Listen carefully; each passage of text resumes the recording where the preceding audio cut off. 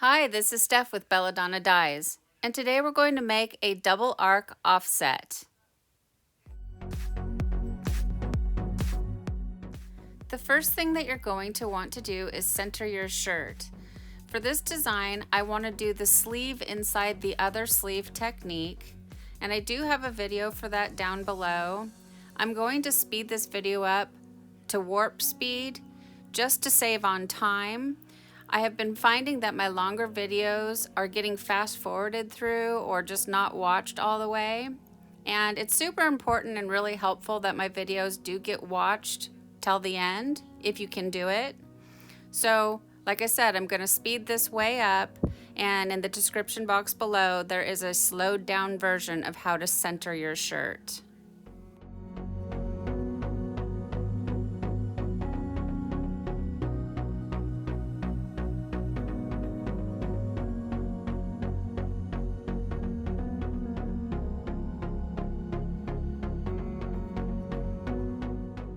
I want you to keep in mind that when you're making your tie-dye, that this first part is the foundation for your tie-dye. So you want to take your time and get it right. If it takes you 20 minutes to center your shirt, that's fine. It will get easier with more practice.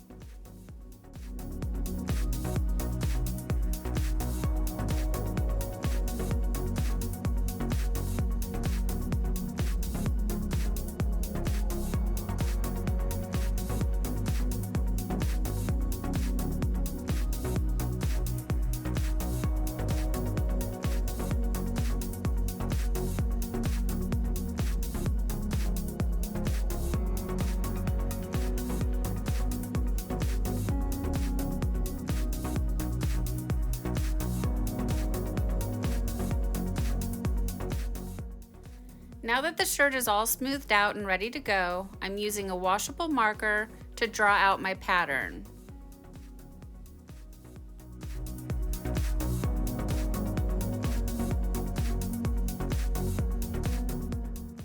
Now you want to pleat fold or accordion fold along this line. Now those two words mean the same thing.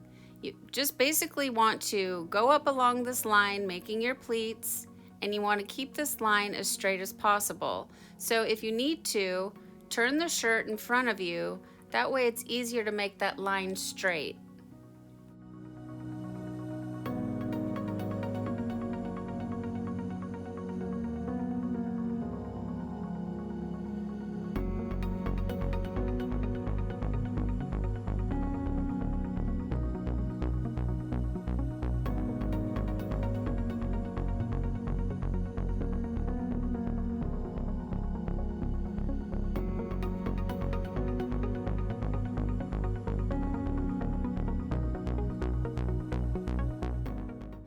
For this project, I'm going to use kite string to secure it, but you could also use rubber bands if that's all that you have. It really is just a matter of preference.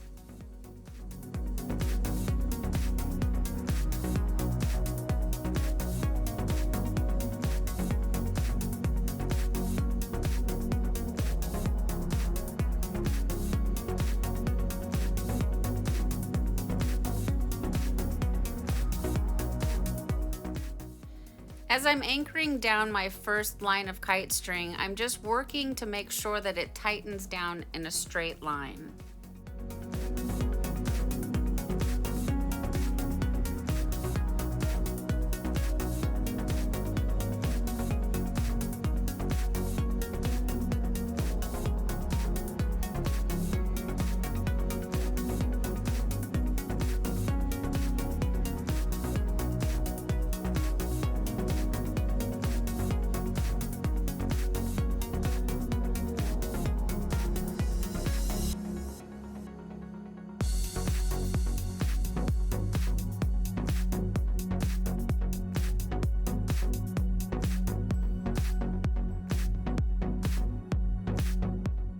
All right, now it's time to work on the back half of the shirt, and you're just going to do the same thing.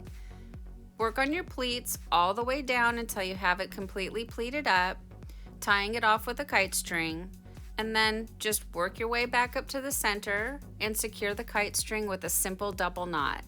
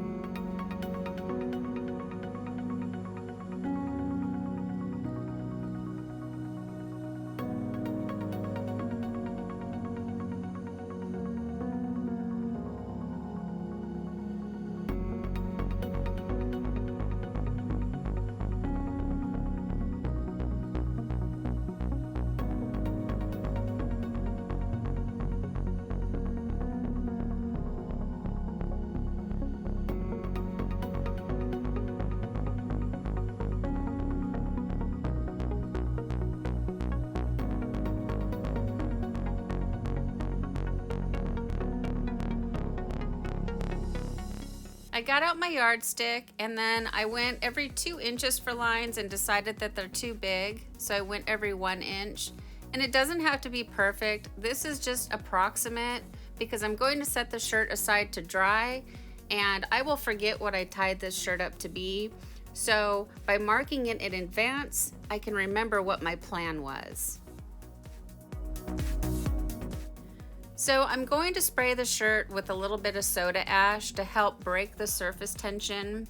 For those of you guys that have been watching my videos, my dry shirts have been an absolute pain in the neck to dye because it just repels the dye. So by giving it a quick little squirt of soda ash, it just helps the dye to saturate into the fabric easier.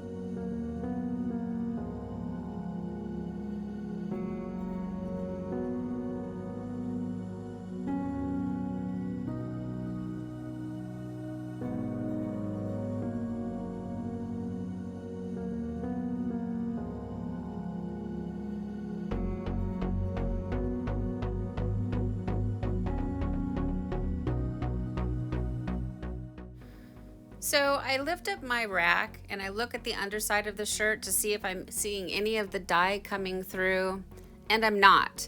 So I'm going to go ahead and give everything a second coat.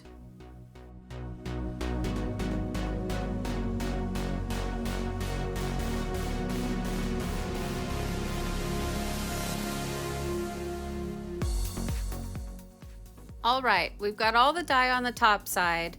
Now we're going to flip it over and do the back side. This is where we're going to create the offset. So everywhere that I had a black line on the top, I'm going to put a green line. And everywhere on the top there was a purple line, I'm going to do a black line.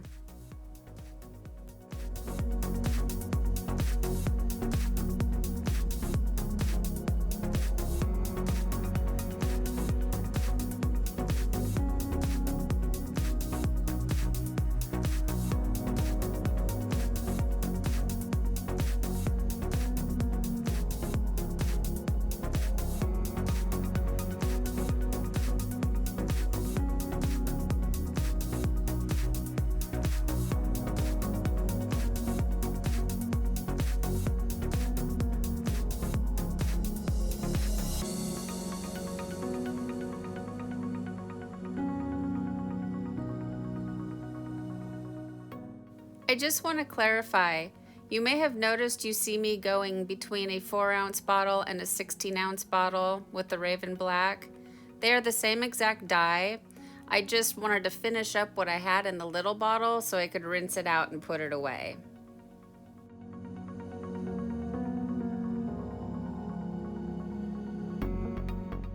Now it's time to set the shirt aside and let it batch for at least 24 hours. And notice my dye table. These little tinfoil trays from the dollar store only last 1 or 2 times before you have to throw them away, or use them by putting them in a plastic container. It is so important that you guys pay attention to this because I have been in my Facebook groups and I hear of these stories, oh no, my muck ran all over the place. So I just want to point that out. So now it's time to rinse out our shirt. And as always, I start by using cold water, and that's going to rinse any soda ash that might still be reacting within the shirt.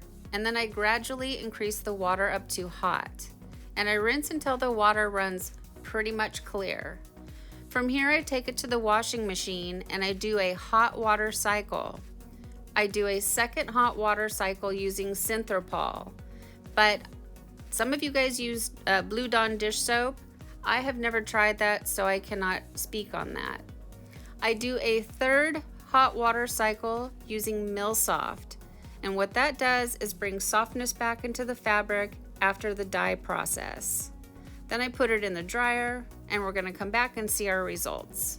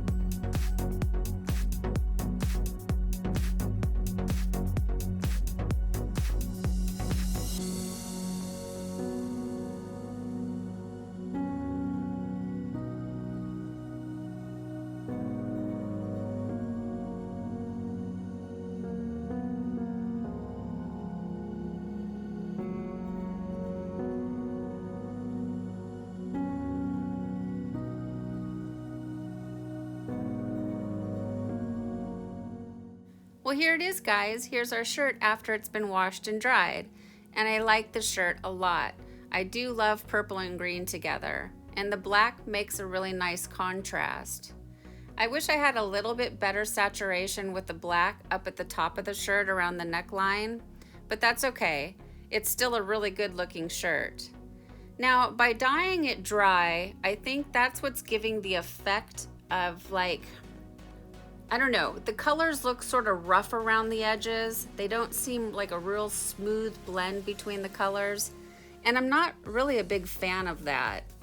So moving forward, I'm not doing dry shirts anymore. I use the Panda spin dryer, which gets them really basically dry right out of the gate. So it's just an unnecessary step, and it gives me a lot of a headache, really. So what do you guys think of this shirt? Go ahead and leave me some comments down below. Thank you so much for watching. And for those of you that watch all my videos, I really appreciate your support. For those of you that haven't subscribed already, please subscribe, leave a thumbs up, and click the bell for future notifications. And remember, have fun tie-dyeing.